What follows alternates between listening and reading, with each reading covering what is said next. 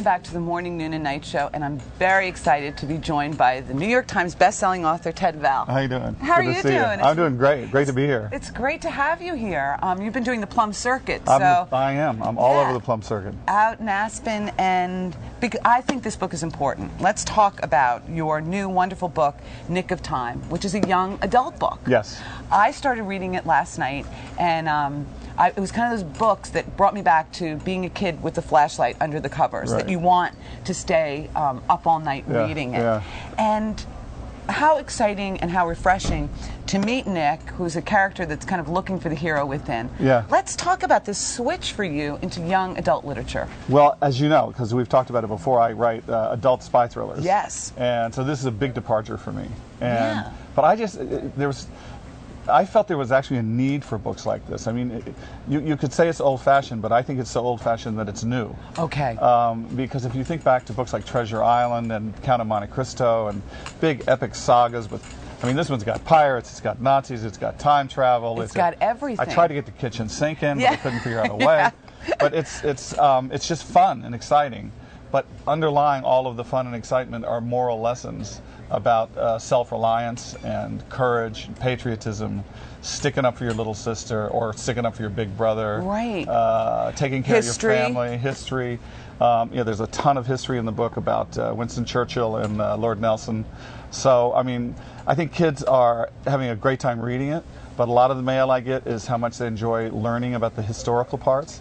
And it makes them go further and do research into, like, Lord Nelson or Winston Churchill. So, but Ted, why all of a sudden? Why did this? I mean, here you've got a successful, best-selling, thing with your spy novels, and why all of a sudden this? Why did this become? Why did you have to write this? I didn't think. I felt like people weren't writing books like this anymore for kids. They all seem to be. I'm not saying this is a bad book, but there's a book out there, like #1, called Diary of a Wimpy Kid. I didn't want to write a book about a wimpy kid. Right. I wanted to write a book about a kid who wanted to be a hero and didn't know if he had the stuff it took to become a hero.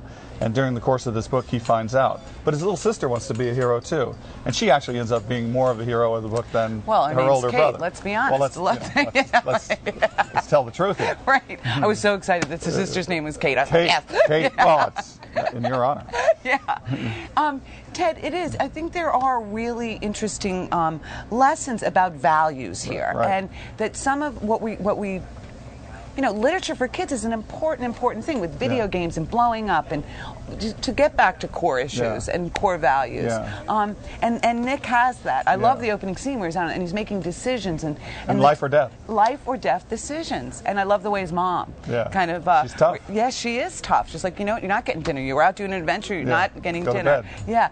I also think this would be a great book when I was reading, because I used to read aloud to my kids. This would be a great adventure to read to kids that maybe are younger that can't sit down and read. Oh, I think you could read it to 6-year-olds, 7-years-olds. So easily. do I. Yeah, so it's a kind of an all-family book. I mean, just the way Treasure Island is not a book for kids, it's really a book for people. Right. For all family. I think this is too. Yeah, and you can see by the reviews, adults are very excited about this. Love it. They really love it. Let's get back to before the Nick of Time. And you're writing kind of the spy novels. Yeah.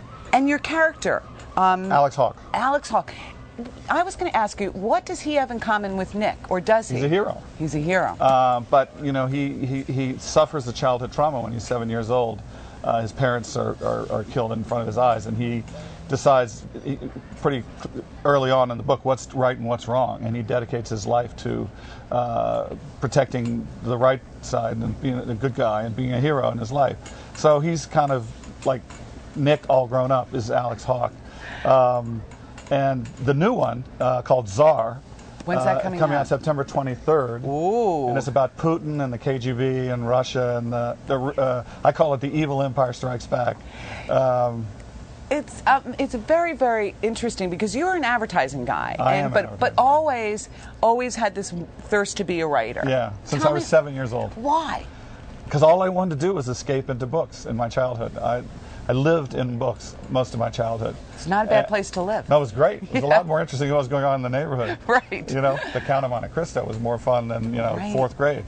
So, and I think I got the feeling that I started writing short stories in about fifth grade and loved it. loved writing short stories. I would like hide in the back seat of the car and write short stories all afternoon when other kids were playing baseball. You've been compared almost to Ian Fleming and this James Bond. I love hearing that. No, well, it's true. It's like in this thirst for adventure and fun. There seems to be, and sitting next to you, you have this fun kind of energy around you. How important is that for your personal life to be in your writing with this spy stuff? I would say that Ian Fleming changed my life. Is that right? Yeah, and he's a personal idol of mine. I've read all his biographies, but I read those Bond books when I was about 12 or 13, and I realized there was this whole glamorous world out there. Of fast cars and fancy, the south of France and all this sort of stuff. And I said, this is cool. I like this. Right. As it turned out, advertising was my passport to that life. To be giving you the freedom to be able to write. Is that? Well, because I traveled a lot in my job, and I saw a lot of the locations that I use in my books, in my spy books, during my advertising career. Well, it is really, it's so much fun to have you here and to talk about this switch, but there is that similar, the hero. Right. Looking for the hero. Heroes are great things for kids, and you pick some good ones, like Winston Churchill. You're picking characters that kids can really, real-life characters that they can learn more about what it takes to be a hero. I think that it's part of human nature. I think every kid believes deep inside that he has a hero within him. And I don't mean just boys. I mean boys and girls. And they dream of being heroic. They see heroic characters in movies and stuff. And every kid dreams about that. And this is Nick of Time is a book about a boy who makes his dreams come true. And a girl who makes her dreams come true. Yes. Named Kate. That's right.